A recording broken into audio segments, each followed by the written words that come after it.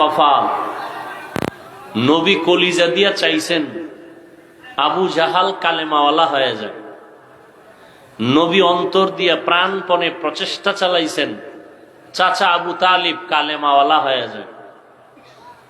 আল্লাহ আয়াত নাজিল করে বললেন, ইন্নাকা লা তাহদি মান আহবাবতা ওয়ালাকিন্নাল্লাহা ইয়াহদি মান ইয়াশা।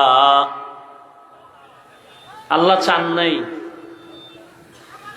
নবী হাজারো চেষ্টা করেছেন, আবু জাহালের কপালে কালেমা আসে নাই।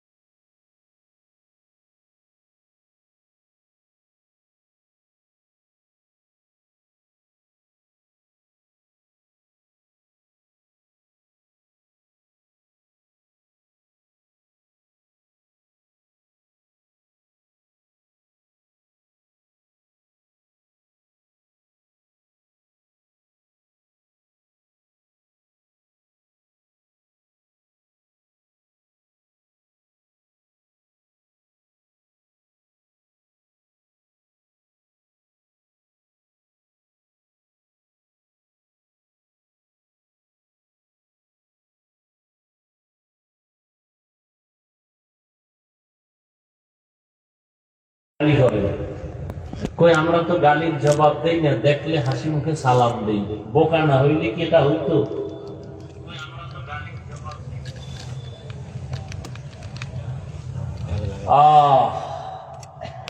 তবে একটু কথা শুনেন খেয়াল করে।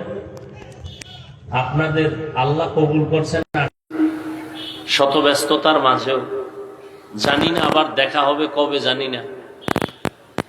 একটু খেয়াল করে কথা শুনেন, মানেন আর না সত্য কথাটা সমর্থন করিয়েন, স্বীকার করিয়েন। নবীজির বয়ানে কোনো ভেজাল আছে? সেই নবীজির বয়ানে আবু জাহাল কালেমা পড়ে, এর নাম কপাল। চাচা আবু তালিব কালেমা পড়তে পারে নাই, এর নাম কপাল। আমাদের বয়ান তো কোনো প্রশ্নই উঠে না। নবীজির বয়ানে যদি কালেমাওয়ালা না হয় তা আমাদের বয়ান তো কিছুই না। আর কপাল যদি খুলে যায় তাহলে নবীজিকে জবাই করতে এসেও কালেমা পড়ে। জানা থাকলে বলেন তো ওই ব্যক্তিটাকে, এর নাম কপাল। আল্লাহ চাইলে সব হয়, বান্দা চাইলে কিছুই হয় না। নবীজির 13টা বছর বয়ান শুনলো, দেখলো, জানলো, এরপরও কালেমা পড়লো না। আর নবীজিকে জবাই করতে এসে কালেমা পড়ে ফেলছে। কিয়ামত পর্যন্ত ধারা অব্যাহত থাকবে। কেউ অল্প কথায় বুঝবে আর বলবে আর নামাজ ছাড়া যাবে না, আর কেউ হাজারো কথা শোনার পরে বলবে দূর, নামাজ পড়ে লাভ নাই, দিল পরিষ্কার, এটাই যথেষ্ট। আল্লাহ আমাদের সব ভাইকে হেদায়াত দান করুন। এই জন্য বললাম যে বাড়ির থেকে বলে আসছে অমুক জায়গায় ওয়াজে যাই, কিন্তু কপাল খারাপ, প্যান্ডেলে ঢুকতে পারে নাই। এটা এমন একটা প্যান্ডেল, একটু আগেও বলেছি, রসুলের হাদিস মতে বেহেশতের বাগান, বসার সাথে সাথে সবার গুনাহ মাফ। কিন্তু এই ওয়াজের নামে আরেক দল আল্লাহর বান্দারা আসছেন ঠিক, প্যান্ডেলে বসতে পারেন নাই। এরা দোকানপাটে কবিরা গুনাহ করতেছেন, তাজা নগদ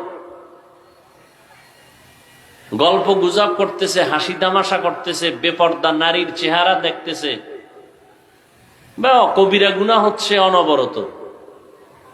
এর নাম কপাল। একটু হিসাব করেন। আবার একদল প্যান্ডেলে বসছেন, আপনাদের কপাল যে পুরা ভালো তাও আমি বলতে পারি না, কারণ ওই সমস্ত মানুষগুলো চূড়ান্ত ভালো কপাল থেকে পিছনে আছে, যারা মোবাইলটা সামনে নিয়ে প্রতিবন্ধকতা সৃষ্টি করে, তার কলবের মধ্যে কোনো কথা ঢুকবে না। কেন মোবাইল হাতে নিছে আমার বুঝে আসে না, আপনারা কি বুঝেন তাও জানি না। আসলে কপাল খারাপ, এটাই আমার জবাব, এতটুকু আমার জবাব। কারণ আপনি যদি বলেন যে হুজুর মোবাইলটা আমি বয়ান রেকর্ড করব, তা আপনার মোবাইলে রেকর্ডিং ভালো হবে না, ছবিও ভালো আসবে না। তো আপনার কাজটা তো মিডিয়াওয়ালারা করতেছে, আপনি বসে বসে শুধু শুধু সময় নষ্ট করেন কেন? আমার এটা বুঝে আসে না। আপনার কপাল খারাপ, এই জন্য মোবাইল হাতে নিছেন, ছবি তোলার জন্য পাগল হয়েছেন। ইসলাম আপনার আব্বায় বানায় নাই, আপনার দাদায় বানায় নাই। ইসলাম রহমতের নবীর মাধ্যমে আল্লাহ পাক তৈরি করে দিয়ে গেছেন। কিয়ামত পর্যন্ত মদিনার আদলে ইসলাম চলবে, কারো মন গড়া মতামত দিয়ে ইসলাম চলবে না। সরকারের অর্ডার ছাড়া, মদিনার অর্ডার ছাড়া ভিন্ন কোনো কারণে ছবি তোলা 1000 কোটি বার হারাম। সরকার যদি বলে এখন ছবি লাগবে, শরিয়ত বলে জায়েজ। মদিনার রসুল যদি অনুমতি দেন এই কারণে ছবি লাগবে, জায়েজ। এই দুই কারণ ছাড়া ছবি তোলা স্পষ্ট 1000 কোটি বার হারাম।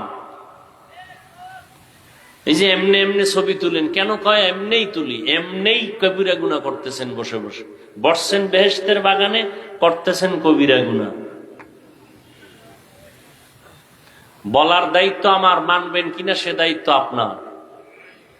অতি চালাক কিছু মানুষ আছে সমাজে, এরা প্রশ্ন করবে, হযরত সুন্দর ফতুয়া দিলেন ছবি তোলা হারাম, মিডিয়াওয়ালারা কি হারাম করে, আপনি বাধা দেন না কেন? মিডিয়াওয়ালারা তো ভিডিও করে, তারা তো ছবি উঠায়। আমরা তাদেরকে দাওয়াত দিই, অন্তত আমি বলি, আমি তাদেরকে দাওয়াত দিয়ে আনিও নাই আর নিষেধও করি না। কে কোন জায়গা থেকে আসছে তাও আমার জানার দরকার নেই, বলে দিলাম। তবে জোর গলায় বাধাও দেই না, এই জন্য যে এর দ্বারা কিছু উপকার হয় উম্মতে মুসলিমা।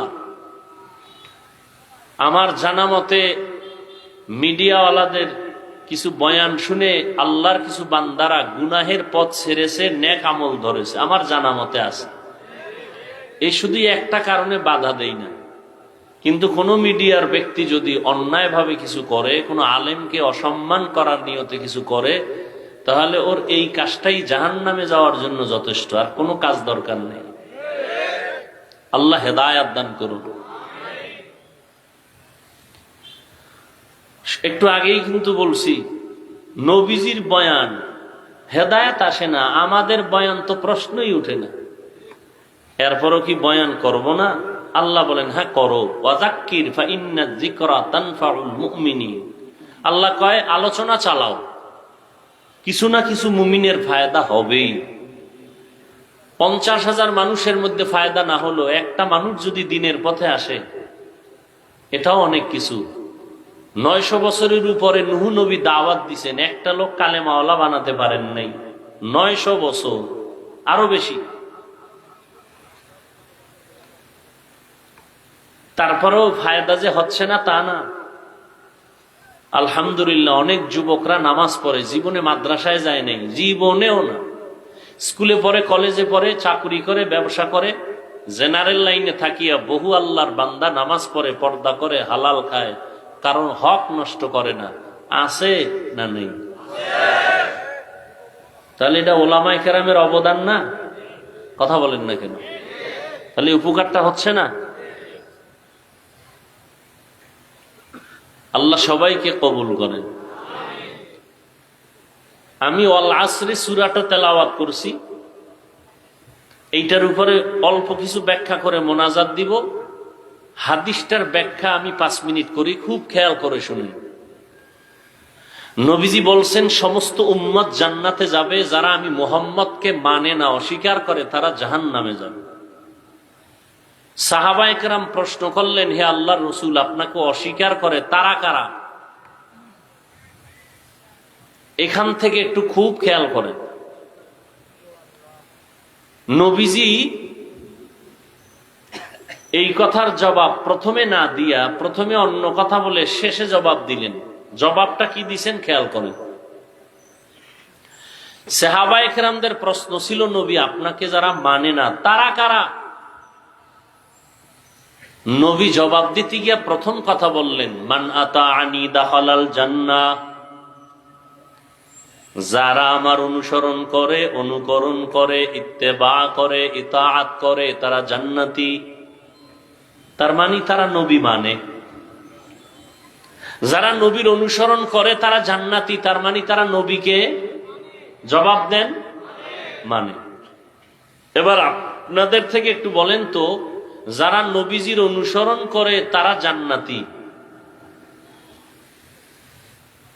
তাহলে নবীর অনুসরণ যারা করে তারা নবী মানে, এটাই ফাইনাল। আপনারা বলেন তো এর বিপরীত কথা কি হবে? যারা নবীর অনুসরণ করে না তারা নবী। আচ্ছা, যে নবী মানে না সে জান্নাতি? এখান থেকে একটু খেয়াল করেন, নবীজির অনুসরণ যারা করে তারা জান্নাতি, মানে তারা নবী মানে। তাহলে যারা অনুসরণ করে না তারা নবী। নবী এ কথাটা বলেন নাই। নবী এ কথা বলেন নাই যারা আমার অনুসরণ করে না তারা নবী মানে না, এ কথা নবী বলেন নাই। নবী কি বলছেন? নবী বলছেন যারা আমার বিরোধিতা করে তারা আমাকে মানে না। এই দুইটা শব্দের মধ্যে ব্যবধানটা কত খেয়াল করেন। নবী বলেন নাই যারা আমার অনুসরণ করে না তারা আমাকে মানে না, তো নবী কি বলছেন? বলছেন যারা আমার বিরোধিতা করে তারা আমাকে মানে না। কি বুঝলাম এখান থেকে?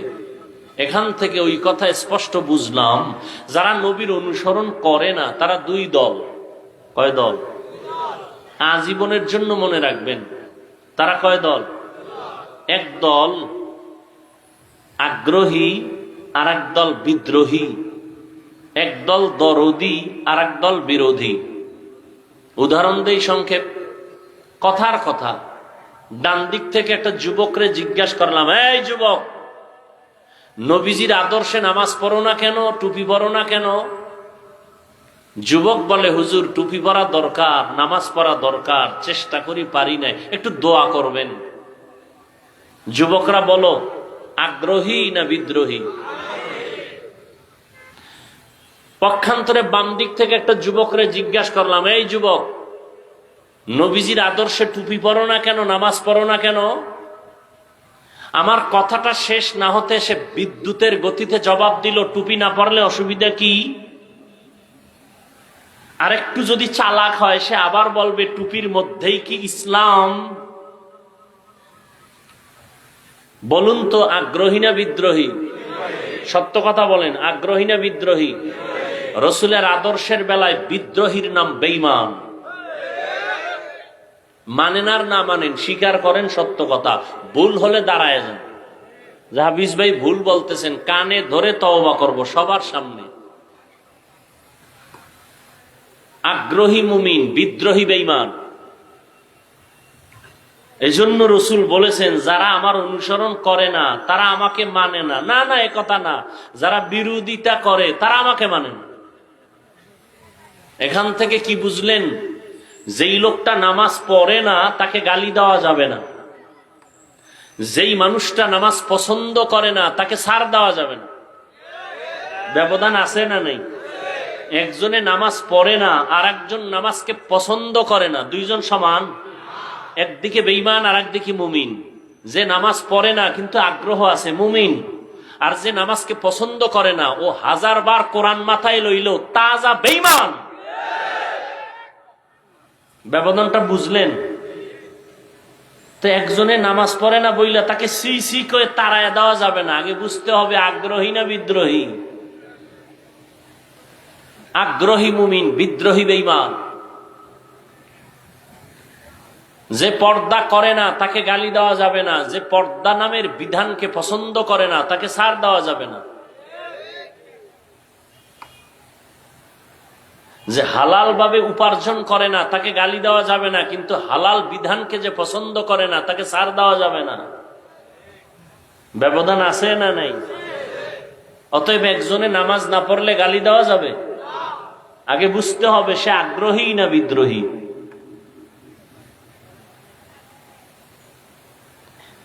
আল্লাহ আমাদের বুঝার তৌফিক দান করেন।